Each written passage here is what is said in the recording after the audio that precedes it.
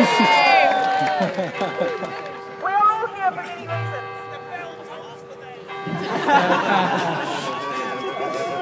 We're here for many reasons, so varied and numerous that they cannot. So varied and numerous.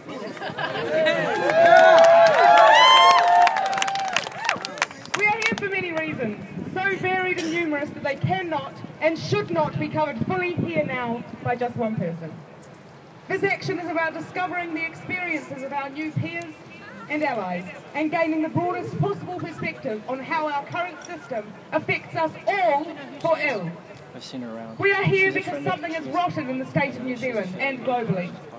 Over the last 30 years, we have moved from being a country who strives to look after its people and progresses to all the social benefits of doing so, to being a cold and apathetic place that maintains its gentle image by merely riding the coattails of our fading reputation. Fucking bullshit! Instead of engaging in a continued effort towards social and economic justice, too many of us have been too happy to sit in isolation from one another and accept what's served up to us. In New Zealand today, the facts, when put together, paint a picture of a brutal society. Everyone will have their own reasons for being here, and the following are my reasons for being here. 150,000 people unemployed in our country. 2/3 of working Kiwis earning less than $17 per hour. What? 200,000 of our children living in unacceptable poverty. A shameful overrepresentation of marginalised groups in our prisons. 1 in 3 women living with physical and sexual abuse in their own homes in their lifetime. Game's on! Insidious dismantling of our education system by profiteers. Ongoing incompetence by the 1%, corporate theft and political corruption. Cuts to vital services which protect our most vulnerable members and which were hard won by our predecessors.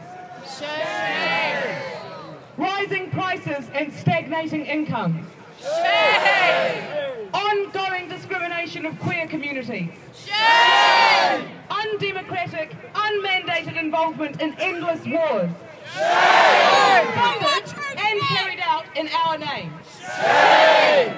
Continued environmental flagrants and inaction in the face of an encroaching climate change disaster which endangers the very habitat of humanity.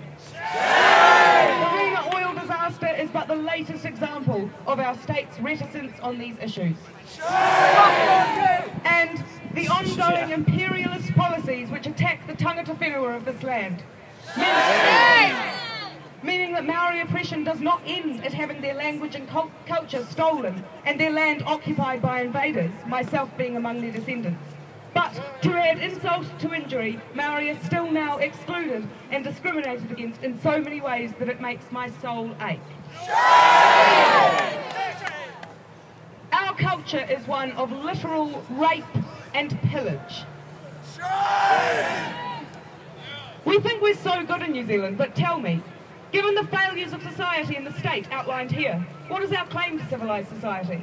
On what basis do we so proudly proclaim our egalitarian spirit? There are many who would attack us on the validity of this action. This is to be expected, as this global movement sits outside the terms of the existing system. Our spirit of social invention is perplexing to those who would cling like drowning dogs to the upturned boat of the status quo. Let it be remembered, the naysayers refuse to examine their context out of fear of what they might find. They are often also the 99%. We should at least leave out some marrow puffs and a glass of milk for them. They are allies yet to exist. The cynical ask for our one demand. There is none. The media ask for our leaders. There are none. Because we are unity. We are process.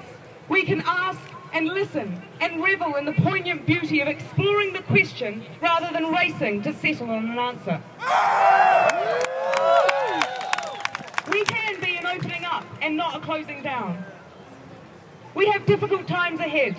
Many of us here today are out in protest for the first time in our lives, because we are realising that it is not enough to rock up to a primary school and tick a box every 3 years and congratulate ourselves on doing our civic duty.